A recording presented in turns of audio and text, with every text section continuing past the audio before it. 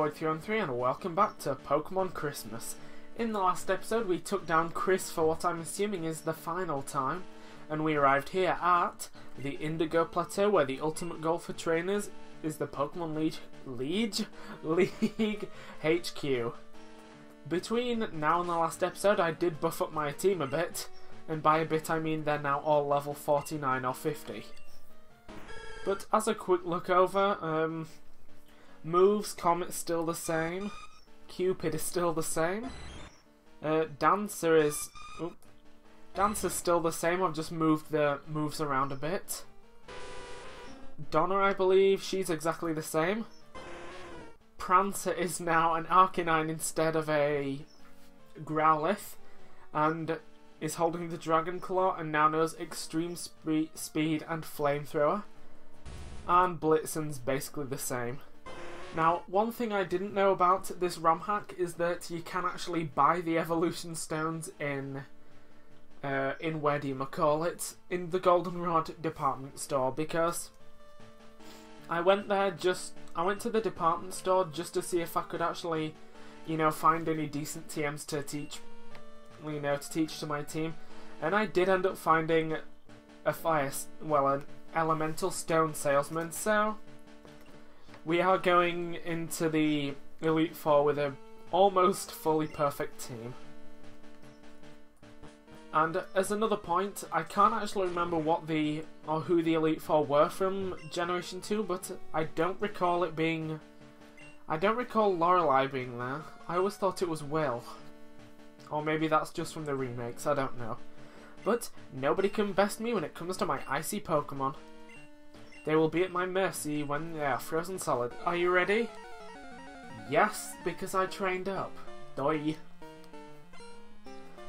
Now, as far as I can remember, Lorelei is probably going to be the most problematic member of the Elite Four to beat. Just because of the Pokemon she has, they're just very awkward type-wise, because when you see or hear Ice type, you'd assume to go with Fire immediately. And you know what? Dugong was one of the Pokemon that I was worried about after Price, but thank you, Comet. Right, next up is Jinx, that's fine. You'd think of just to go for Fire types immediately, wouldn't you? And hence I have Prancer, and lo and behold to my surprise, quite a few of her Pokemon are resilient against Fire type. Now, I suppose that you could use... Well, I say you could use Fighting. You wouldn't really be able to use Fighting against Jinx, seeing so she's part Psychic. But, I guess Rock would be a good type to use as well, but I think, yeah, since Rock is weak to Ice as well anyway, it'd be a bit awkward. But, 2 down, and next up is Cloyster. Cloyster, I believe, was the second one that I was a little worried about.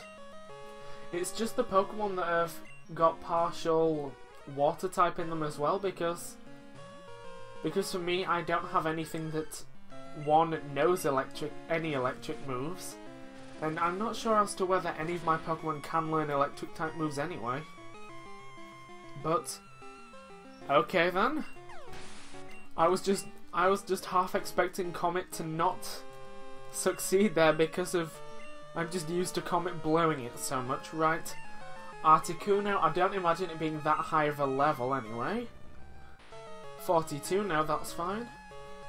And I'm imagining that the champion probably will have Pokemon levels similar to mine, 49s, 50s, maybe the low 50s. But that's just what I'm imagining, and the reasoning behind why I got my Pokemon to this level. Oh, okay, I was going to say so close. But you know what, that burn will finish Articuno off anyway.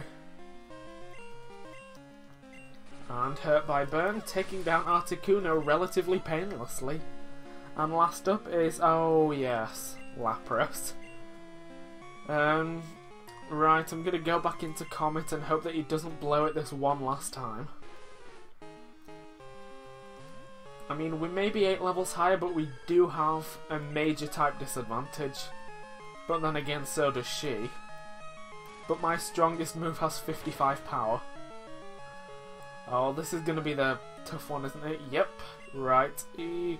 Confuse Ray. Of course, we're nearly free of the first battle. Oh, Comet, why now? Why of all times would you miss? Right, there we go. Well, I mean, Lapras caused the most problems, but obviously the biggest problem came from Comet blowing it with the 5% chance of missing. That couldn't happen. Huh. I always thought Lorelei had some kind of weird, I want to say like, not bodysuit, but like just a shirt and trousers. She looks good with that dress on instead. Right, you've only got a taste of the Pokemon League's power. Now, I think I said it in the last episode, but I will be taking on the Pokemon League 2 at a time. Like 2 per video, and then 1 separate video for the champion, because obviously there'll be the credits at the end, and who knows how long they'll last. I am Koga of the Elite Four. I live in the shadows and ninja. Well, clearly you're not in the shadows, you're in the center of the room. My intricate style will confound and destroy you. Confusion, sleep, poison. Prepare to be the victim of my sinister technique. Fwahahaha. Okay. But I mean, for poison types I have Earthquake, which will just tear through them. But since he's leading off with a level 40 Beedrill, I figured it'd be smart to lead off with Prancer. And I just realised that Beedrill isn't flying type, is it? It's bug poison. That's one thing that always gets me. I always forget that Beedrill technically isn't flying type. Right, Forretress, yep. I shall stick with... Oh, that is a dark coloured Forretress. Obviously, I just stick with Prancer because who doesn't love a 4-time super effective flamethrower? And did you know that the word flamethrower was invented in 1879 by a farmer who was living in a cold part of the country and needed more warmth for his crops? So he invented the flamethrower to blast near his crops so they would get heat and light. Right. That said muck, didn't it? I'm hoping it said muck. Yes, that's fine then. I've done something relatively smart. And now the fun of Earthquake. Delicious, delicious earth-shattering Pokemon moves. Okay, for a moment there I thought it didn't KO because of that little blip of when it got to the last part of its HP. Now Venomoth's another funny one. I don't remember whether it's flying or not, but you know what? Let's switch into Donna to give someone else a chance. Because I mean Venomoth is technically still bug type. You know, I think it's another one of those that's bug poison type as well. So I reckon Earthquake would have hit it, but I don't think Ground is super effective against bugs, so it wouldn't have been super effective regardless. But anyway, last up is... Oh, Crobat, right. Cupid, we have Ice. Sorry, it just stopped me for a moment there. It's like, what could I use against this purple flying egg? Easy. I use my giant evil looking football. Well, I was going to complain about that doing a lot of damage, but I shall allow the critical hit, I guess. So what I don't understand is, how was Lorelei first when I'm pretty sure she'd easily be able to win a battle against Koga? Even with her weaker Pokemon, she'd still be tougher than him. But anyway, I subjected you to everything I could muster, but my efforts have failed. I must hone my skill and go on to the next room and put your abilities to the test. Which is what we shall be doing next time. So I shall see you then when we take on the 3rd and 4th and final member of the Elite Four. See you then.